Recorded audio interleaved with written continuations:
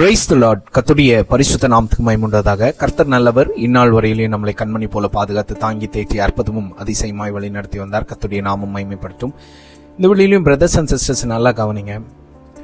என்னுடைய வாழ்க்கை மற்றவங்களுடைய வாழ்க்கைய கம்பேர் பண்ணி பார்க்கும்போது மிகவுமே கேவலமா இருக்கு. அவங்க எல்லாரும் நல்லா இருக்காங்க, ஆனா என் வாழ்க்கை மாத்திரம் எப்படி இருக்கு அப்படின்னு சொல்லி உங்க வாழ்க்கைய மற்றவங்களுடைய வாழ்க்கையோட கம்பேர் பண்ணி பார்த்துட்டு இருக்கீங்களா?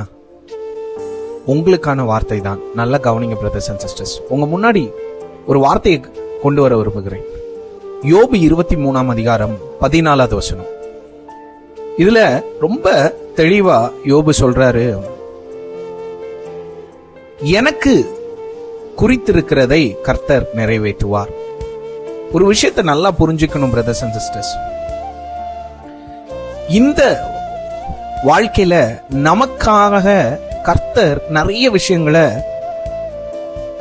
செய்யணும்னு நினைத்து வைத்திருக்கிறார். அதை நிறைவேற்றுவதற்கு நம்ம இடம் கொடுக்கணும். உதாரணத்துக்கு ஒரு தேங்காய் மரத்தை எடுத்துட்டோம்னா அதுல தேங்காய்கள் காய்க்கும்.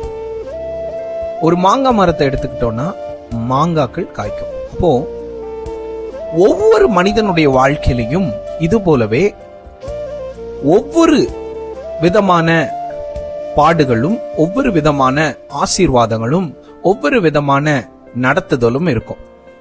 நம்ம நினைக்கிறோம், தூரமா நின்று ஒருத்தங்களோட வாழ்க்கையை பார்த்துட்டு அவங்களோட கம்பேர் பண்ணி பார்த்துட்டு அவனுக்கு என்ன அவன் நல்லா வாழ்றான், அவளுக்கு என்ன அவன் நல்லா வாழ்றா, என் வாழ்க்கை தான் இவ்வளவு கேவலமா இருக்குதுன்னு நம்ம அவங்க வாழ்க்கையோட கம்பேர் பண்ணி பார்க்கறோம்ல.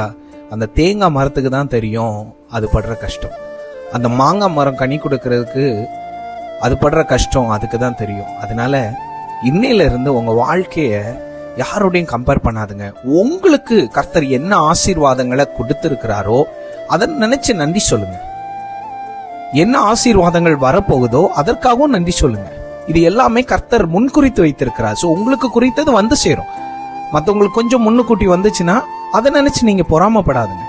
அதை நினைச்சு எதுவும் நீங்க வசனப்படாதுங்க, கவலைப்படாதுங்க. சந்தோஷமா இருங்க. இருக்கதை வச்சு சந்தோஷமா இருங்க. வரப்போதை நினைச்சும் சந்தோஷமா இருங்க. கர்த்தருக்குள்ள எப்பவும் சந்தோஷமா இருங்க. God bless you.